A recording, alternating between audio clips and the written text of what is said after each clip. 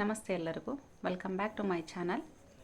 ಇವತ್ತಿನ ಲಾಗಲ್ಲಿ ನಾನು ಏನು ತೋರಿಸ್ತಾ ಇದ್ದೀನಿ, ಯಾವುದ್ರ ಬಗ್ಗೆ ಹೇಳ್ತಾ ಇದ್ದೀನಿ ಅಂದರೆ ರಂಗೋಲಿ.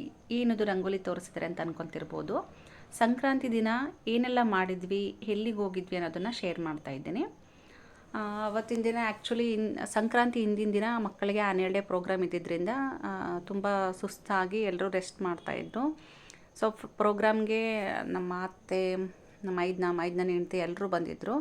ಆಗ ನಮ್ಮ ಮೈದನ ಮಗನೂ ಬಂದಿದ್ದ. ಸೊ ಅವನು ಹೋಗಿ ಆದಮೇಲೆ ಅಣ್ಣರನ್ನ ಹಬ್ಬಕ್ಕೆ ಕರೆಯೋಣ ಅಂಥೇಳಿ ತುಂಬ ಫೋರ್ಸ್ ಮಾಡ್ದ ಅಂಥೇಳಿ ನಮ್ಮ ಸಿಸ್ಟರು ಕಾಲ್ ಮಾಡಿದರು. ಆಲ್ರೆಡಿ 10 ಗಂಟೆ ಆಗಿತ್ತು ಅನಿಸುತ್ತೆ ಸಂಕ್ರಾಂತಿ ದಿನ.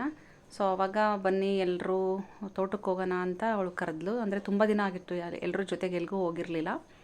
ನಮಗೆ ಸುಸ್ತಾಗಿದ್ದರಿಂದ ನೆಕ್ಸ್ಟು ಹೋಗೋಣ ಅಂತ ಹೇಳಿದ್ವಿ. ಸೊ ಅವಳು ಇಲ್ಲ ಎಲ್ಲರೂ ಬರ್ರಿ ಅಂತ ಫೋರ್ಸ್ ಮಾಡಿದ್ರಿಂದ ಮಧ್ಯಾಹ್ನ ಆಯಿತು. ಎಲ್ಲ ಸ್ನಾನ ಮುಗಿಸ್ಕೊಂಡು ಫ್ರೆಶ್ ಆಗಿ ಹೋಗೋದಕ್ಕೆ ಸ್ವಲ್ಪ ಸುಸ್ತಾಗಿಬಿಟ್ಟಿದ್ರಲ್ಲ ಮಕ್ಕಳು ಡ್ಯಾನ್ಸ್ ಮಾಡಿ. ಹಾಗಾಗಿ ಲೇಟ್ ಆಯಿತು. ಅವಳಿಗೆ ಹೇಳ್ದೆ ನಾನು, ಹೋಗ್ಬೇಕಂದ್ರೆ ಸೊ ಅಡುಗೆ ಎಲ್ಲ ಒಬ್ಬರಿಗೆ ಹೆವಿ ಆಗುತ್ತೆ ಬೇಡ ಅಂತ. ಅವಳು ಎಲ್ಲ ರೆಡಿ ಮಾಡಿರ್ತೀವಿ ಬರ್ರಿ ಅಂತ ಹೇಳಿದ್ಲು.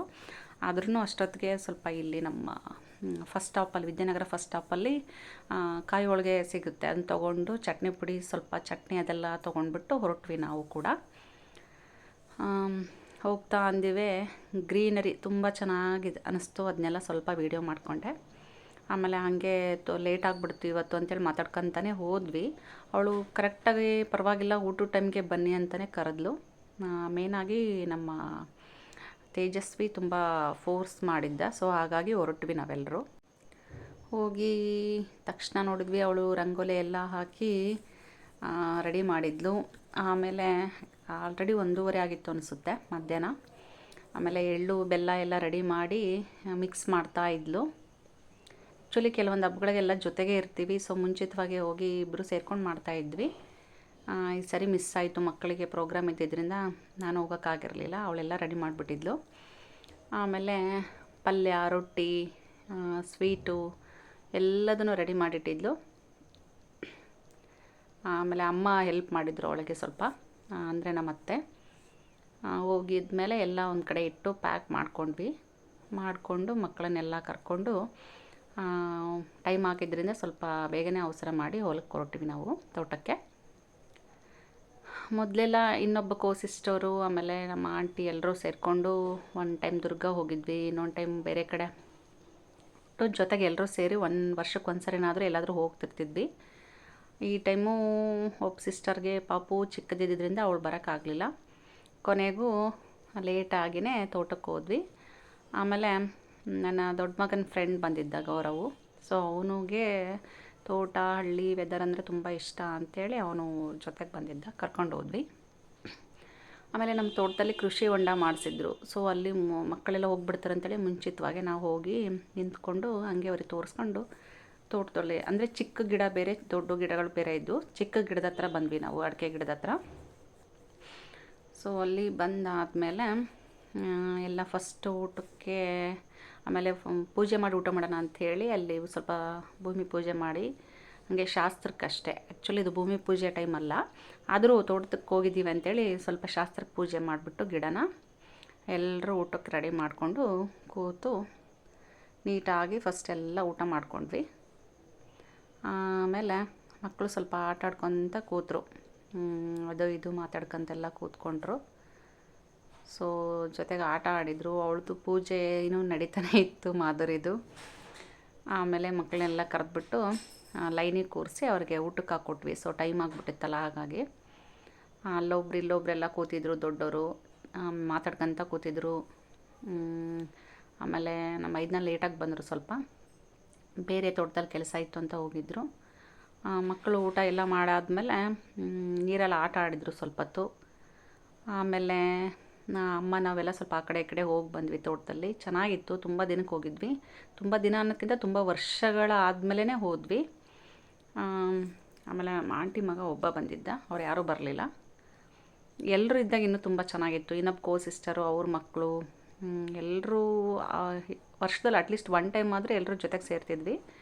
ಬಟ್ ಈ ಸಾರಿ ಸ್ವಲ್ಪ ಮಿಸ್ಸಿಂಗ್ ಅನ್ನಿಸ್ತು. ಆದರೂ ಪರವಾಗಿಲ್ಲ, ಲೇಟಾಗಿ ಹೋದ್ರೂ ತುಂಬ ಚೆನ್ನಾಗಿತ್ತು. ಊಟ ಎಲ್ಲ ಮಾಡಿಕೊಂಡು ಆಮೇಲೆ ಮಕ್ಕಳು ಕೆಲವರು ಗಾಳಿಪಟ ಹಾರಿಸಿದ್ರು ತೋಟದಲ್ಲಿ. ಅಲ್ಲಿ ಸ್ವಲ್ಪ ಗಾಳಿ ಚೆನ್ನಾಗಿತ್ತು ಅಂತೇಳಿ ಗಾಳಿಪಟ ಆಟ ಆಡಿಸಿದ್ರು. ಆಮೇಲೆ ಇನ್ನು ಕೆಲವರು ಹೊಂಡದ ಹತ್ರ ಹೋಗಿ ಕೂತಿದ್ರು. ಆಮೇಲೆ ನಾವು ಊಟ ಆದಮೇಲೆ ಸ್ವಲ್ಪ ಆ ಕಡೆ ಈ ಕಡೆ ವಾಕ್ ಮಾಡಿಕೊಂಡು ಗಿಡಗಳು ನೋಡಿಕೊಂಡು ಸ್ವಲ್ಪ ಅದಿದು ಹರಟೆ ಹೊಡೆದು ವಾಪಸ್ ಬಂದ್ವಿ. ಅಷ್ಟೊತ್ತಿಗಾಗಲೇ ಎಲ್ಲ ಸಂಜೆ ಆಗಿಬಿಟ್ಟಿತ್ತು. ಸೊ ಲೇಟ್ ಆಯಿತು ಅಂತಂದೇಳಿ, ನಾವು ಹೋಗಿದ್ದೇ ಲೇಟ್ ಅಲ್ವಾ, ಸೊ ಹಾಗಾಗಿ ಸ್ವಲ್ಪ ಟೈಮ್ ಸ್ಪೆಂಡ್ ಮಾಡೋ ಅಷ್ಟೊತ್ತಿಗೆ ಸಂಜೆ ಆಗೋಗ್ಬಿಡ್ತು. ಆಮೇಲೆ ರಿಟರ್ನ್ ನಿಧಾನಕ್ಕೆ ಮನೆ ಕಡೆಗೆ ಬಂದ್ವಿ. ಸೊ ಇದು ಸಡನ್ನಾಗಿ ಪ್ಲ್ಯಾನೇ ಇರಲಿಲ್ಲ. ಸೊ ಸಡನ್ನಾಗಿ ಹೊರಟಿದ್ದು, ಆದರೂ ತುಂಬ ಚೆನ್ನಾಗಿ ಅನ್ನಿಸ್ತು ಮಕ್ಕಳಿಗೆಲ್ಲ. ಮಕ್ಕಳು ತುಂಬ ಎಂಜಾಯ್ ಮಾಡಿದ್ರು, ಖುಷಿಪಟ್ಟರು. ಆಮೇಲೆ ಹೊಂಡದ ಹತ್ರ ಯಾರನ್ನೂ ಬಿಡಲಿಲ್ಲ ನಾವು. ಆ್ಯಕ್ಚುಲಿ ಅದು ಪಾಟ್ ಹಾಕಿರ್ತಾರಲ್ಲ, ಜಾರಕೆ ಇರುತ್ತೆ ಅಂಥೇಳಿ ದೂರದಿಂದನೇ ತೋರಿಸಿದ್ವಿ. ಸುತ್ತಲೂ ಎಲ್ಲ ಕಂಬ ತಂತಿ ಎಲ್ಲ ಹಾಕಿದ್ದಾರೆ ಪ್ರೊಟೆಕ್ಟಿವ್ ಆಗಿ. ಆದ್ರೂ ಯಾಕೆ ಬೇಕು ಅನ್ನೋ ಒಂದು ಇದಕ್ಕೆ ದೂರನೇ ತೋರಿಸಿದ್ವಿ ಮಕ್ಕಳಿಗೆ. ಸೊ ಇದು ನೀರನ್ನು ಇಲ್ಲಿ ಸ್ಟೋರ್ ಮಾಡಿ ಹೊಲಗಳಿಗೆ ಮತ್ತೆ ನೀರು ಹಾಯಿಸ್ತಾರೆ. ಆ ಪರ್ಪಸ್ಗೋಸ್ಕರ ಇದನ್ನು ಕೃಷಿ ಹೊಂಡ ಅಂತೇಳಿ ಮಾಡ್ತಾರೆ.